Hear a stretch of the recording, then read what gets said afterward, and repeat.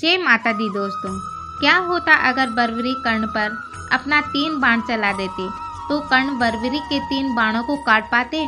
क्या बर्बरी के 3 बाण कर्ण के कवच को भेद पाता।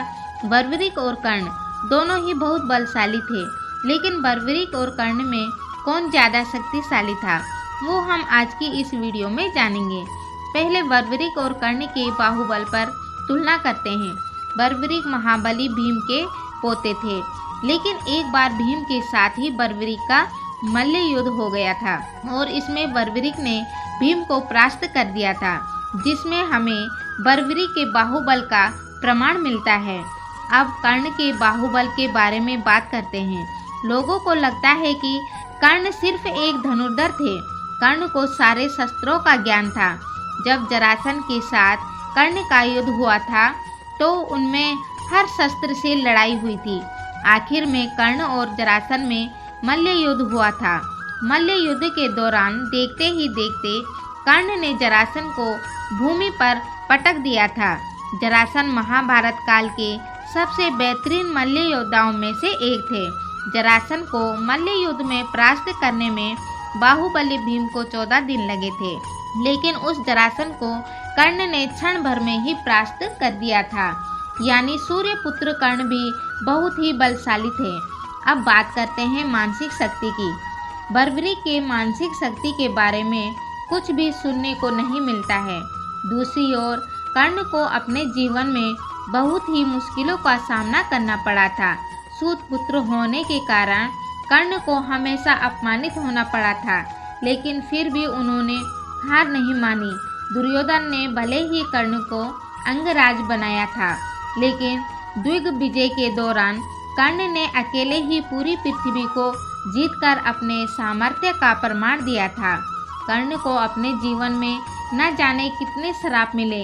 अंतिम युद्ध में जब सारे श्राप कर्ण को प्रभावित करने लगे थे, तब भी कर्ण कमजोर नहीं पड़े थे। श्रापित होने के बावजूद इस युद्ध में कर्ण अर्जुन पर भारी पड़े थे। यहाँ तक कि भगवान परशुराम के श्राप को विफल करके कर्ण ने अंतिम युद्ध में बहुत बार ब्रह्मास्त्र चलाया था। अब गुरु के बारे में बात करते हैं।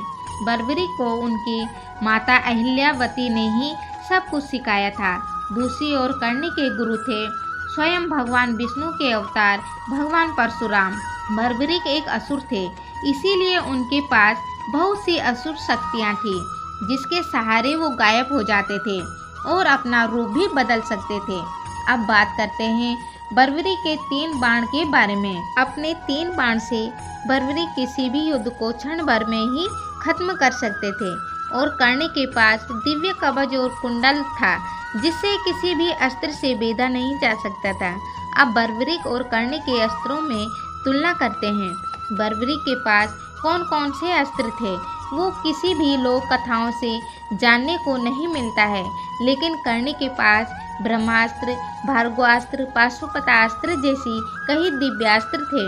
अब दानवीरता के बारे में बात करते हैं। बर्बरीक और कर्ण दोनों ही महान दानवीर थे। बर्बरीक ने भगवान श्री कृष्ण को अपना शीश तक दान कर दिया था। दूसरी ओर कर्ण ने अपने जीवन में अनगिनत दान किए थे। उन्होंने देवराज इंद्र को अपना दिव्य कवच और कुंडल दान में दिया था। दोस्तों, सूर्यपुत्र कर्ण और घटोत्कच पुत्र बर्बरीक में से कौन ज़्यादा शक्तिशाली था, कमेंट करके जरूर बताना। बर्बरीक के 3 बाण सब कुछ नष्ट कर सकता था। दूसरी ओर कर्ण के कवच को कोई भी अस्त्र नहीं भेज सकता था। क्या होता कर्ण के कवच पर बर्बरीक अपना 3 बाण चला देते, तो दोस्तों कमेंट करके जरूर बताना।